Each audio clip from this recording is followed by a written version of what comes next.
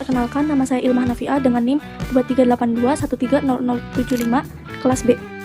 Saya Mariam Setiani dengan NIM 23821300090. Perkenalkan, nama saya Dian Hayatusani dengan NIM 23821300043. Saya Ika Malihatunisa Febrianti dengan NIM 23821300069.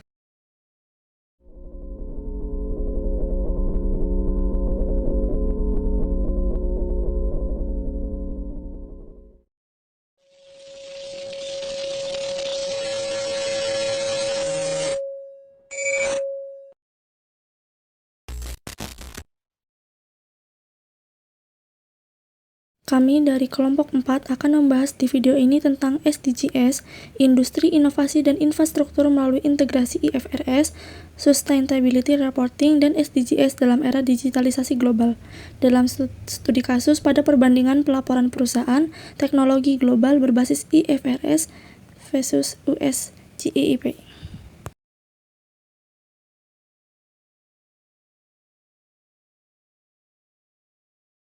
Perkembangan ekonomi global abad ke-21 ditandai oleh digitalisasi dan kebutuhan infrastruktur keberlanjutan. Sesuai Sustainable Development Goals atau SDGs 9, hal ini menuntut pelaporan keuangan yang transparan dan dapat dibandingkan secara global.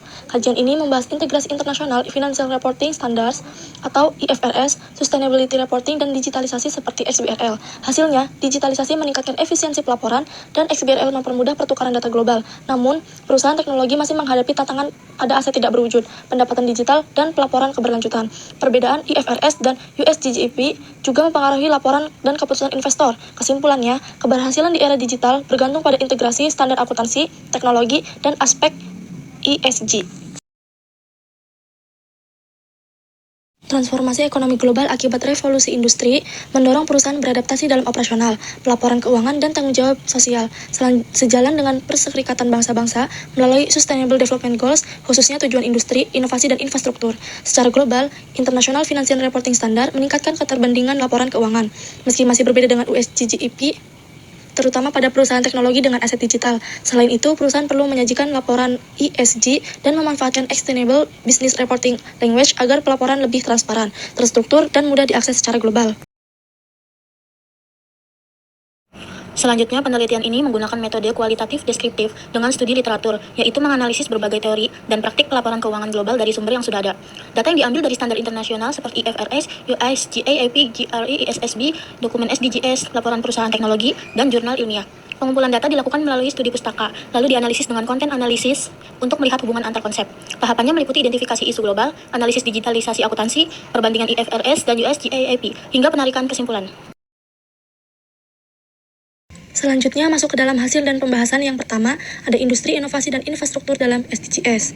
SDGs nomor 9 dari Sustainable Development Goals menekankan pentingnya infrastruktur yang kuat, industri keberlanjutan, dan inovasi sebagai penggerak ekonomi. Saat ini, infrastruktur tidak hanya fisik, tetapi juga digital seperti internet cepat, cloud computing, keamanan cyber, dan sistem logistik pintar. Perusahaan teknologi seperti Microsoft, Google, dan Amazon berperan penting dalam menyediakan infrastruktur digital agar bisnis bisa berjalan lebih efisien dan terhubung secara global. Selain itu, inovasi seperti AI dan Big Data meningkatkan produktivitas dan daya saing. SDGs juga mendorong industri yang ramah lingkungan melalui efisiensi energi dan teknologi keberlanjutan. Yang kedua, digitalisasi akuntansi global, yaitu perubahan dari cara manual ke sistem yang sudah pakai teknologi, jadi lebih otomatis dan bisa diakses real time. Dengan ini, penerapan standar yang rumit jadi lebih mudah, dan selain itu, laporan keuangan juga bisa lebih cepat, lebih hemat, dan mengurangi kesalahan. Dan untuk perusahaan global, digitalisasi penting karena membantu mengelola transaksi lintas negara, jadi lebih akurat dan mendukung pengambilan keputusan. Yang ketiga, XBRL dan pelaporan lintas negara. XBRL adalah bahasa pelaporan keuangan berbasis digital yang memungkinkan data laporan diproses otomatis oleh komputer, jadi lebih terstruktur dan seragam. Saat ini banyak regulator dan bursa dunia sudah mewajibkan penggunaan XBRL, sehingga laporan keuangan antar negara jadi lebih mudah dibandingkan. Dan keunggulannya, data lebih rapi, analisis jadi lebih cepat, mengurangi biaya, dan memudahkan pengawasan. Dan bagi investor, membantu membaca laporan dari berbagai negara dengan lebih cepat dan akurat. Selain itu, XBRL juga mendukung SDGs nomor 9 karena memperkuat infrastruktur digital dan meningkatkan transparansi dalam pelaporan keuangan. Kemudian poin 4.4 yaitu akuntansi perusahaan teknologi multinasional. Perusahaan teknologi multinasional memiliki karakteristik unik karena nilai utamanya berasal dari aset tidak berwujud, seperti software, algoritma, data pengguna, merek dagang, dan paten teknologi. Model bisnis digital membuat akuntansi lebih kompleks dibanding perusahaan tradisional. Pengakuan pendapatan berbasis langganan, misalnya layanan seperti Microsoft 365 atau Adobe Creative Cloud, harus diakui bertahap sesuai IFRS 15. Selain itu, biaya pengembangan software dapat dikapitalisasi berdasarkan IAS 38 jika memenuhi syarat. Tantangan lainnya meliputi akuisisi startup yang menimbulkan goodwill besar, serta isu pajak digital karena operasi lintas negara. Perusahaan juga dituntut melakukan pelaporan keberlanjutan seperti emisi karbon data center, penggunaan energi, dan tata kelola AI. Dengan demikian, akuntansi perusahaan teknologi bersifat lebih kompleks, global, dan berbasis digital karena harus mengelola aset tidak berwujud, transaksi lintas negara, serta tuntutan transparansi yang tinggi. Selanjutnya, poin 4.5, yaitu integrasi IFRS dan sustainability reporting. Perusahaan global kini beralih ke pelaporan terintegrasi, di mana investor tidak hanya melihat profitabilitas, tetapi juga risiko lingkungan dan sosial. Contohnya Microsoft itu karbon negatif, Apple itu net zero supply chain, dan Google itu energi terbarukan. Integrasi IFRS dengan sustainability reporting dapat meningkatkan transparansi, menarik investor ESG, mengurangi risiko reputasi, serta mendukung SDGs dan nilai perusahaan jangka panjang. Perbandingan IFRS dan USGAAP menunjukkan perbedaan utama, yaitu IFRS berbasis prinsip yang lebih fleksibel, sedangkan USGAAP berbasis aturan yang lebih rinci dan konservatif. IFRS lebih terbuka pada kapitalisasi aset tidak berwujud dan penggunaan nilai wajar, sementara USGAAP cenderung menggunakan pendekatan historis. Tren global menunjukkan bahwa pelaporan perusahaan teknologi semakin mengarah pada integrasi kinerja keuangan dan non-keuangan untuk memberikan gambaran yang lebih lengkap kepada investor. Kemudian selanjutnya ada studi kasus. Studi kasus menunjukkan perbedaan mendasar antara IFRS dan USGAAP. IFRS berbasis prinsip lebih fleksibel dalam pengakuan aset tidak berwujud, pendapatan digital, dan kapitalisasi biaya pengembangan. Sedangkan USGAAP berbasis aturan lebih rinci dan konservatif. Perbedaan ini berdampak pada laba, nilai aset, dan keputusan investor.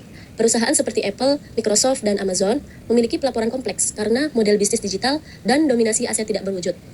Perusahaan teknologi juga menghadapi tuntutan pelaporan keberlanjutan seperti Microsoft atau karbon negatif, kemudian Apple atau net zero supply chain, dan Amazon atau energi terbarukan.